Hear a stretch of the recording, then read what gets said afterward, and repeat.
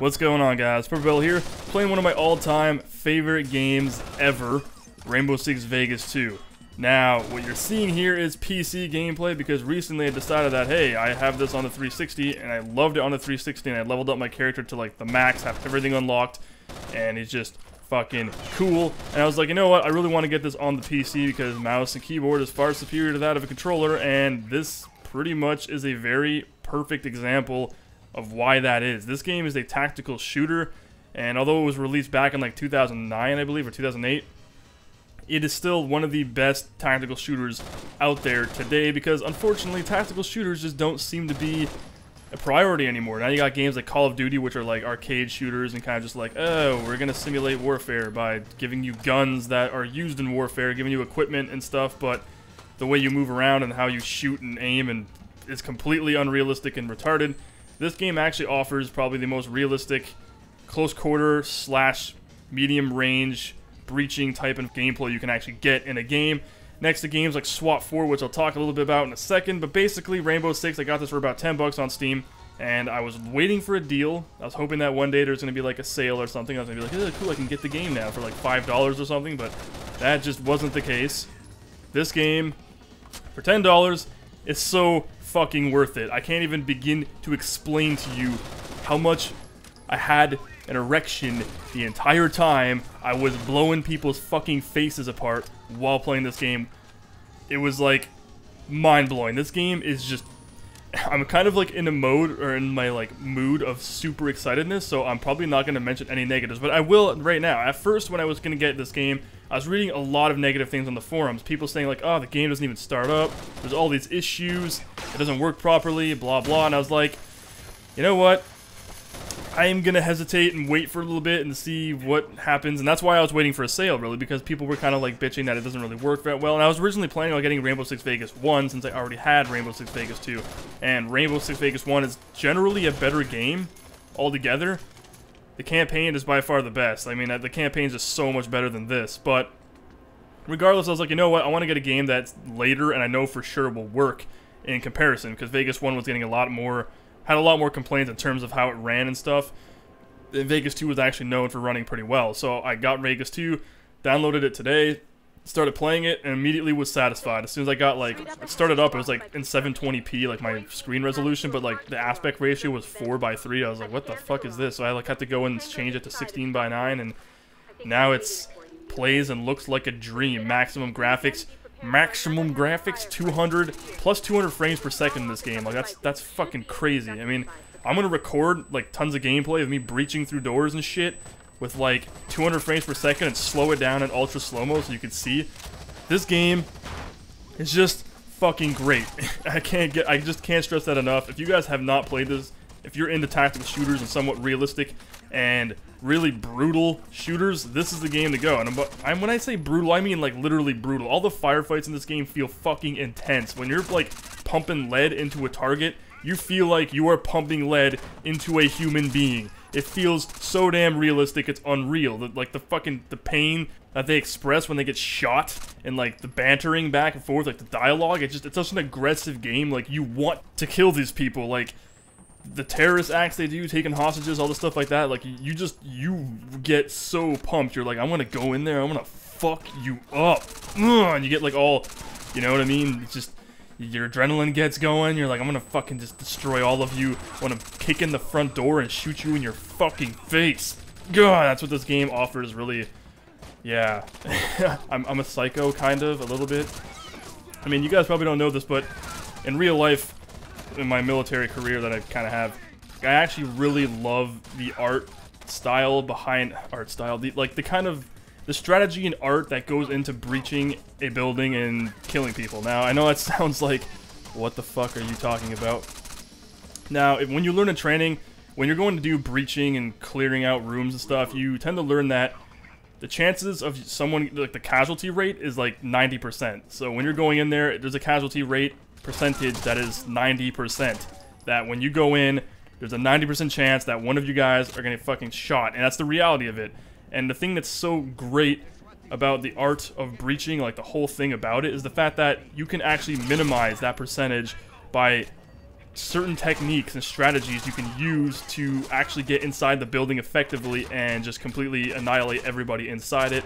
Obviously, if you have the element of surprise, your chances are significantly lower or higher because the people aren't going to be like, they're not going to know you're coming. But if they're sitting there watching the door, your chances are like nil, right? So you have to come up with strategies to be able to actually get through that doorway, because I mean, you're funneling yourself into a fucking kill zone. Like, anyone who gets in that doorway is pretty much done, and you're gonna get shot instantly. I mean, I've seen it. I've been on the opposite end of being breached. I've actually stood in a room, had them kick in the door and come and kill me, and mind you, it's fucking awesome, but at the same time, it's like, you clearly know that you could have killed them very easily. I can tell you stories about some people that just weren't even aware that they were standing in front of my doorway and I'm looking right at them shooting them. They're just like, oh, whoops. But anyway, that's the whole point of why you train, and you learn how to actually overcome these things so you can fucking survive and take lives, because that's our job, and that's what we're supposed to do. So that's why I love games like this that offer tactical, precision-based breaching, clearing out rooms, whether it be killing them or fucking tranquilizing them or sandbagging them with a beanbag shotgun or whatever. I'm of course talking about SWAT 4. SWAT 4 is probably one of the best, if not the best, tactical shooter I have ever played in the world. In fact, it's so damn good, so realistic in the way strategies and all that stuff happens, like the way you go about doing tactical insertions in real life and tactical breaching and all that shit. The Canadian Forces, much like the Americans back when they came up with America's Army, that was originally a training tool until it became public and it was free and then everyone can play it.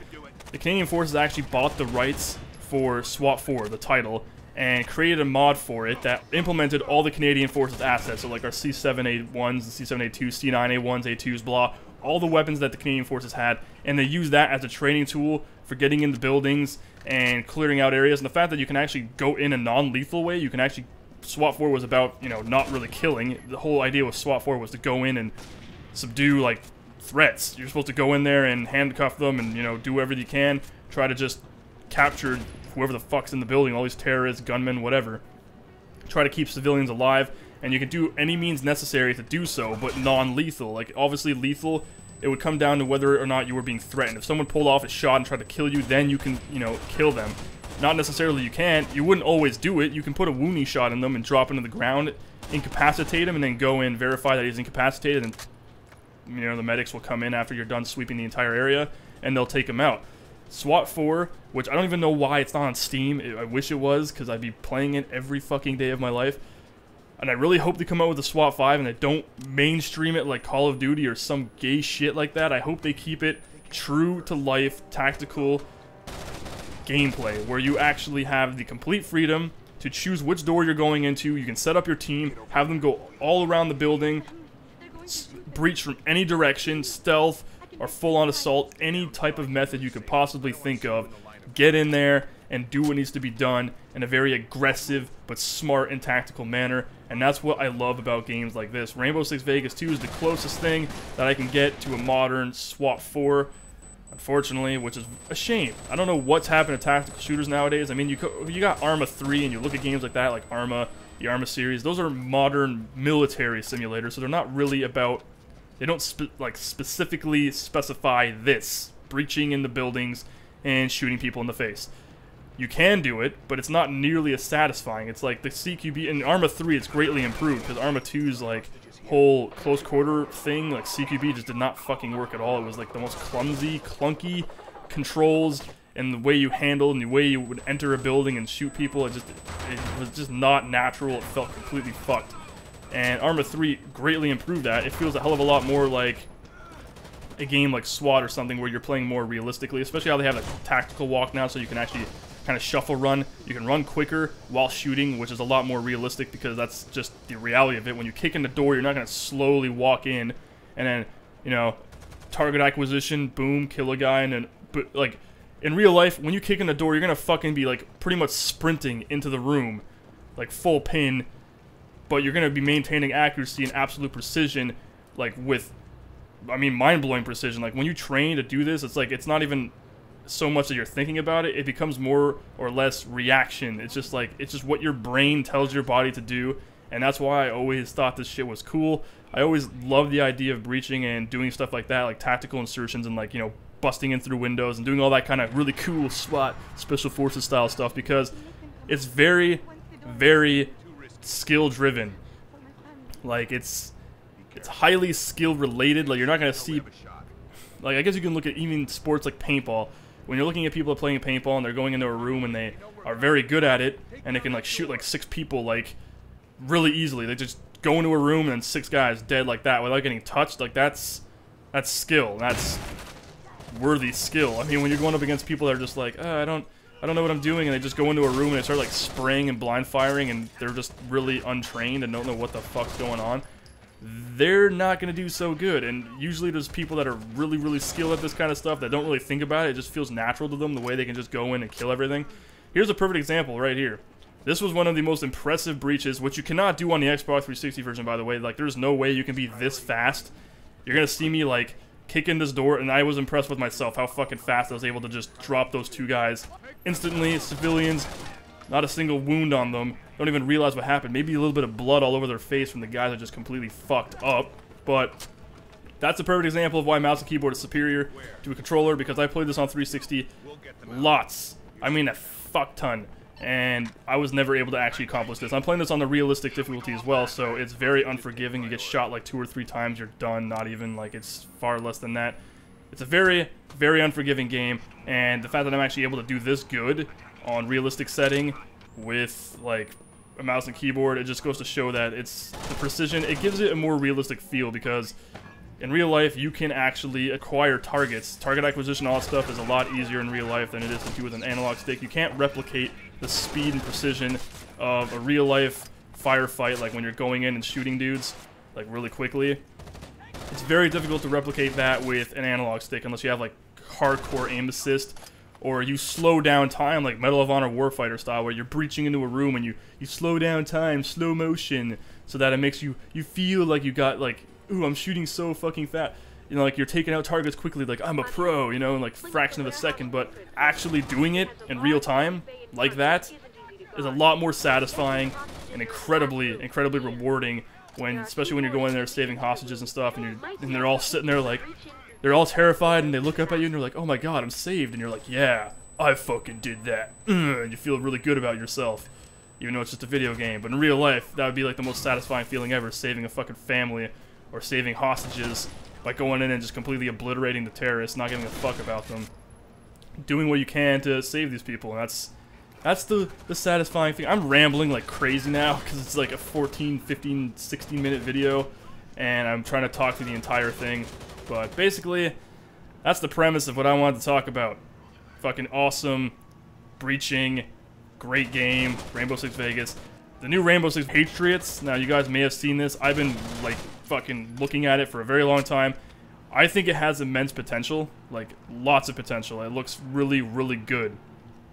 However, it was kind of, like, somewhat canceled and then somewhat brought back, and there was a lot of all these issues with it that was kind of weird. But you can tell by looking at the trailer, like, it was kind of a trailer shown to look like gameplay, but it was actually, like, CG created, you know. It wasn't actually real. It wasn't real gameplay at all. But it showed what they envisioned, what they wanted the game to look like, and it looked impressive. The absolute, like, grueling, gritty story and realism of the of what actual, like, political, like, conflicts within your own nation actually looks like, and it's brutal, it's gritty, it's bloody, and I thought it was gonna be like it was a genius idea. When I saw that, I was like, wow, somebody finally grew the fucking balls to make a game this realistic, this brutal, and this, like, savage in terms of, like, oh, civilians dying, like the cost it takes, you know, people, you can't save everybody, and they really showed that in that trailer, and it blew my mind. And then there was a lot of people saying that they were going to change it or something, and I was like, no, don't you fucking change it, or I'll be really angry. If you ruin it, I will, like, go there and I will be the terrorist that you should be fearing and that you should be killing in the game, because I'll just be angry. Like, don't do that. Show everything realistically. I'm so sick and tired of games being super, like, desensitized or toned down from realism, because people need to realize that this is what shit's like. If you want to see what it's like, have the balls to create a game showing you just how it is in real life. And please do that, and then people like me would greatly appreciate it and really feel the authenticity and love it. Anyway, I hope you guys enjoyed the video. Please remember to rate the video, comment the video, and subscribe if you want to see more in the future. I will definitely be bringing some more Rainbow Six Vegas gameplay as time goes on because I fucking love this game. Playing it on PC just gives me a giant erection, like I said earlier, and I'm loving it to death. So, yeah, take care, guys.